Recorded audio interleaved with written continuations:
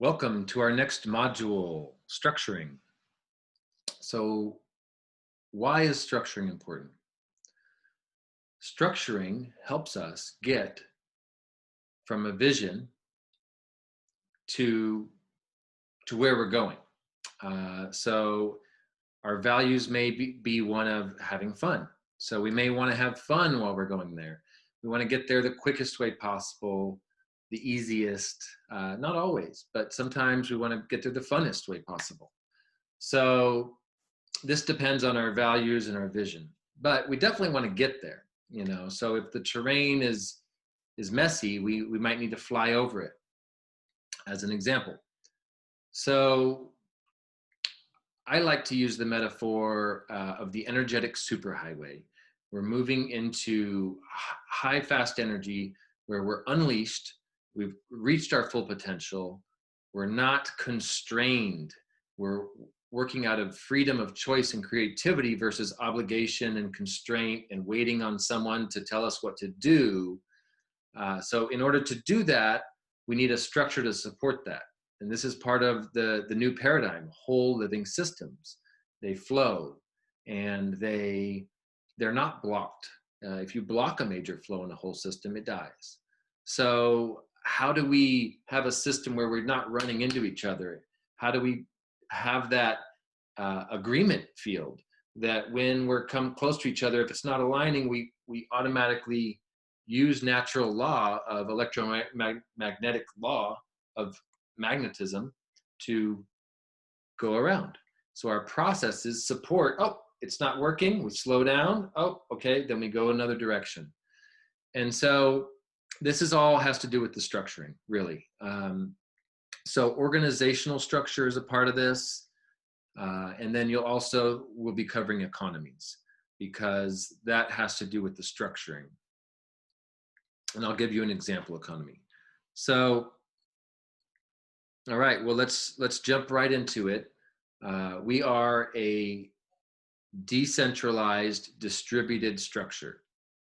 And so there's aspects of this that are decentralized. If you have a leader of a company, that's centralization. In a community or a city, if you have an owner or a controller, it's a bottleneck.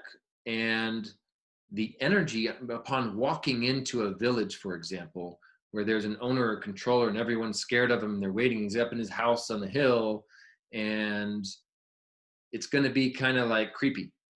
So we want to produce new paradigm villages and environments and centers that the energy is flowing and people are in their passion and purpose, and someone walks in and they're like, wow, how can I give everything I have to this? I'm all in. Versus what's going on here? What is this? So we're focused on quality, not quantity. Now, in the old toxic domination culture, originally built through many cultures dating back to Rome and before even, where it's assimilate people and continue to assimilate new cultures. There's a domination culture that follows along with that we've been trained into.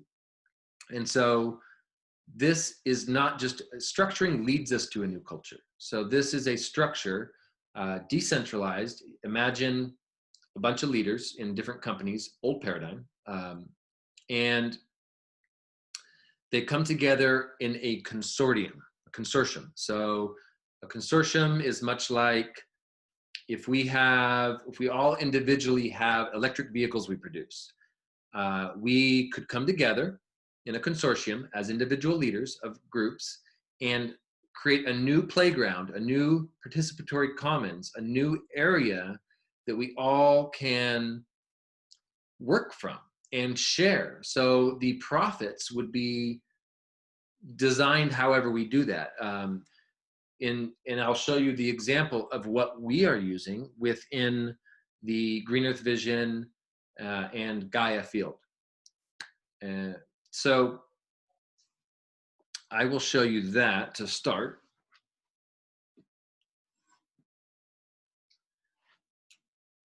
And so that's decentralized.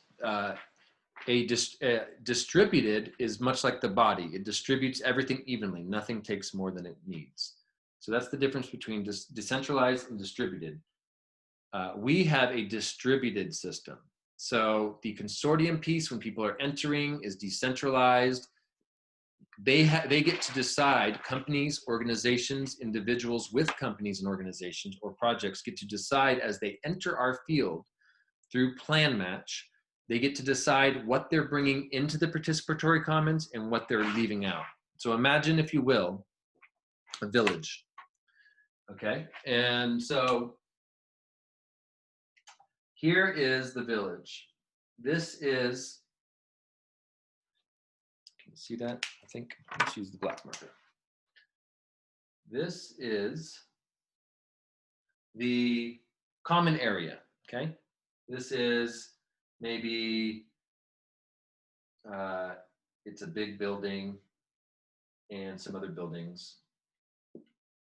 But it's an agreement field that everyone shares, okay?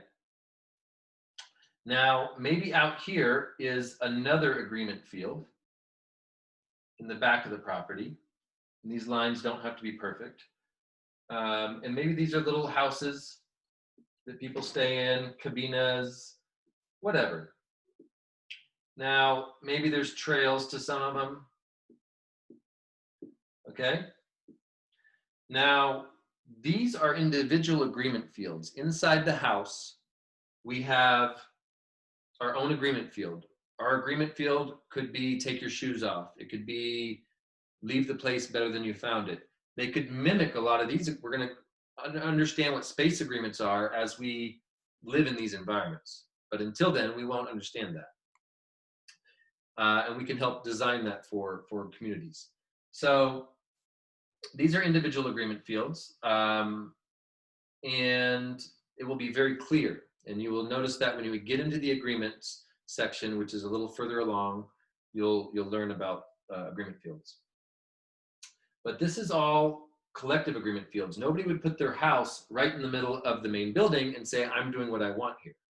That would never happen, because there's an agreement field that we've all agreed on of what happens here, when and why, what space and time events are going to happen. And then maybe we have another agreement field up front, and maybe we want to continue momentum in this village. Maybe we have a work center, a synergy hub, and we've got a lot of momentum, and people come in on the road here into the village, right? And maybe this is a staging area. Maybe this is a retreat center. Maybe it's got high density housing for people to stay in. Maybe they can stay over here in some overflow housing, okay? So this is an example. They would not come into this agreement field and start walking around and running around when people are doing their thing and they're in their flow and working. They wouldn't come disrupting them. Strangers that aren't familiar with the agreement fields, they might get a debriefing and then do a tour once a day or twice a day. But other than that, they would go through the training needed before they enter, whatever that training is. This training could be a base foundation for some of that.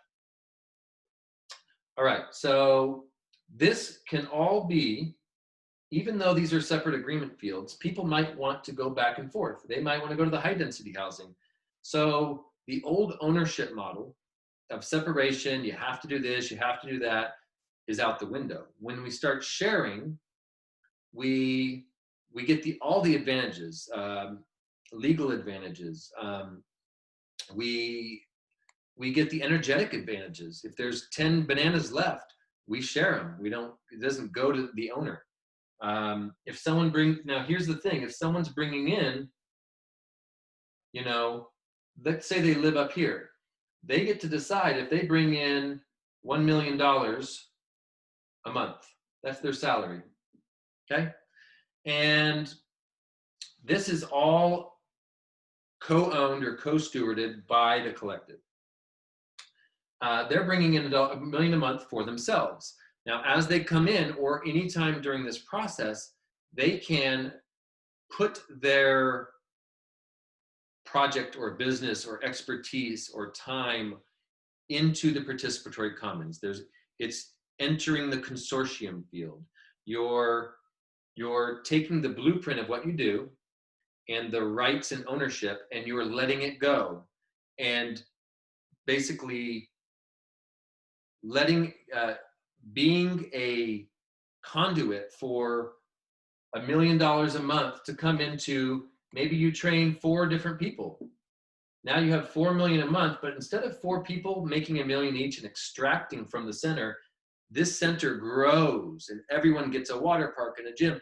And now people coming into the community, if this is a community, they get to experience all that for their contribution immediately. So this is where you walk in, you go, wow, this is amazing. How can I be a part of this? This is where we go from quantity thinking to quality.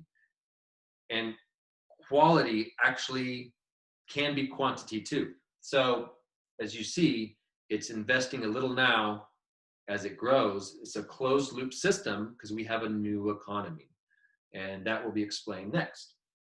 So this is an example of how to bring a project in. In the old system, if we had a city and this person was bringing $1 million a month in, and this person's over here helping us garden, okay, in the gardens, and they're doing just as much, if not more work,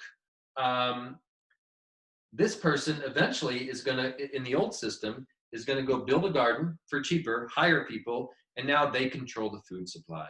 And everyone else in the city has to go through packaging and taxes and bureaucracy in order to get food. And there's now a new controller of the village, and that doesn't work in a regenerative culture. That works in an extractive culture, a domination, toxic domination culture, but not in what we're wanting to create. So this is an example of why our structure is built and how it works. So now I'll give you an example of the finances. Oh, this is dirty. The finances behind this. How a project like this could be financed. I guess I'll have to clean this eraser, so you'll have to excuse the fact that this didn't get wiped down this time. So, all right, good enough. So, all right, so we have the same village. Now, instead of somebody financing it, we have an equity position where they forever own part of the whole, organization. Okay, so in our normal world, we have a pyramid, and on the bottom are the creators. The value, all the value is created right here. Day-to-day value. This is oversight, management, profit, money, profit goes up here. Minimum wage, whatever that looks like, whatever's agreed on, all the profit goes up here, and right now it's traded in the stock market, and it goes around and whatever happens there. Value does not end up in the hands of those creating it. It ends up in people that are vacationing around the world, doing whatever they're doing, but they're not providing any value. So the whole system's a little bit broken, okay? So what we want to do is, instead of, this is what happens when you have equity, an equity situation where someone owns a project. When it comes to a village or city, this is very difficult. I had offering through Dubai to fund our Green Earth city, and I turned it down because it would have been a slave city, and it's not what we're trying to produce. We're not trying to produce someone dominating, controlling, and reaping profits off of everyone in a futuristic city or village. So in this case, we need a way out. What's the way out? So instead of taking on equity, we can take on debt, although we're leaving the debt system. So let's imagine that 5 of us come together. 1, 2, 3, 4, 5 people come together, and we've got 100K here. We got 200K here, 300K here, 150K and 250K. Now, we could also have 20% of that and get a traditional loan. Either way, the numbers work. So let's take scenario 2. Let's say we leverage it and we get a loan. So we come together, we got some people with some money, and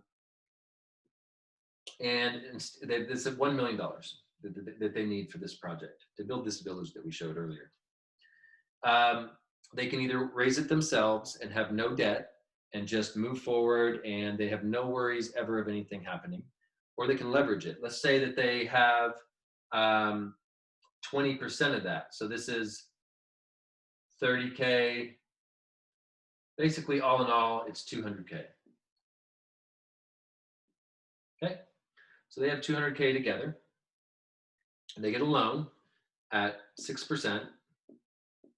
And they've got their money in here. We've got 30K here. We've got this is 50K, 30K, 60K, 40K, and 20K. Okay, I'll put that over here. 20, 40, 60, 30, and 50. All right. So they come in and they get a loan for 6%. So let me do a quick calculation and I'll tell you what, let's just do 5%. That's easier. Okay, so say they get a loan for 5%. I don't know what the current rate is, but let's say it's 5%. 5%, they put in their 200K. There's an $800,000 loan that they have to pay back. So 5% of 800,000 is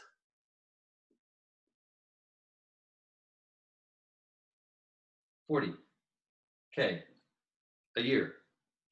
So you can divide that by 12 if you want, or let's just say it's a year. So they owe $40K a year to make this project happen, and they put in their 200K. So they're in 250K by the end of year 1. Okay, so they create this. They have $1 million. So they buy a piece of land. Say that cost them 300. They build a giant building here. That cost them 200. That they all, let's say they live in. It's a retreat center. And then they have these little huts, cabinas, yurts, maybe they have RVs, whatever it takes for their economy to plan their economy out to thrive, to have a thriving economy. So let's say they build 10 of these guys at 30K each. So that's 300K for that. And then they build a center here and a center here. And then then there's maybe 100K of just other expenses. And then 300 for these two centers, okay? So this is an example of where they spent the money. There's the million. They've got 10 rentals and a retreat center and some other buildings. At current Airbnb prices, without doing very much work at all, between themselves, this is a contributionism economy. So they contribute at this point. They've loaned this money to themselves, put it into an escrow, and the company that they formed together, whatever that is, nonprofit, church, whatever that might be, stewards the land together. And it purchases the land. Their money goes from the escrow company during the purchase into that name of that company. They now co-steward this. It's a loan they've given to this LLC or church or whatever.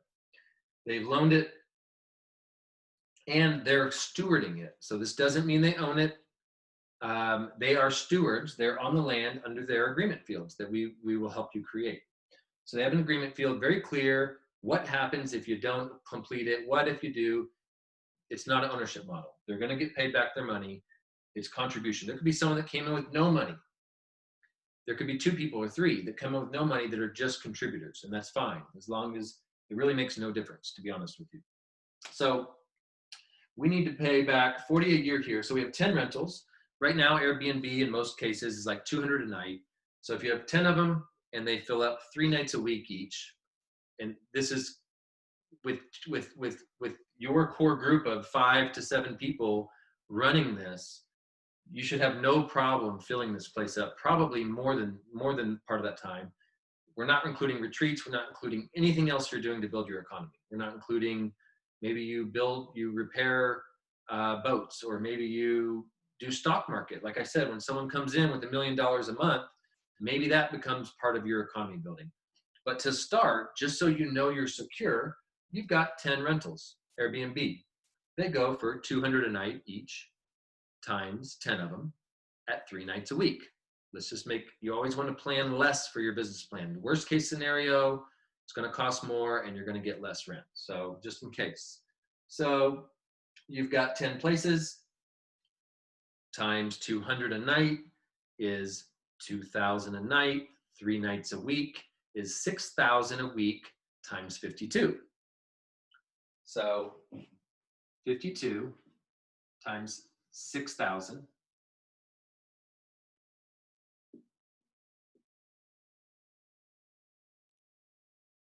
$302,000 a year. So you take out the $40K that you owe for payments. You've got your rent covered. So you've got your basic needs program covered. So there's a basic needs program.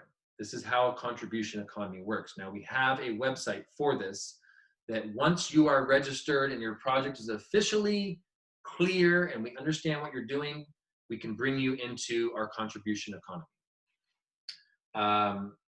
And it's basically a modified time bank.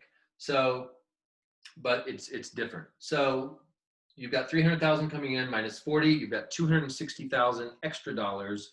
Let's say you spend 60,000 between you on food, you have 200,000 extra dollars a year. 200K, you've got your food, your rent, your basic needs.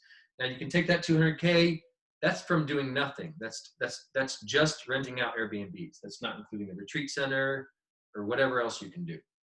You have 200K a year between yourselves. Your basic needs are met, that you can reinvest, or you can up your basic needs program. You can give yourself plane trips or new computers or whatever.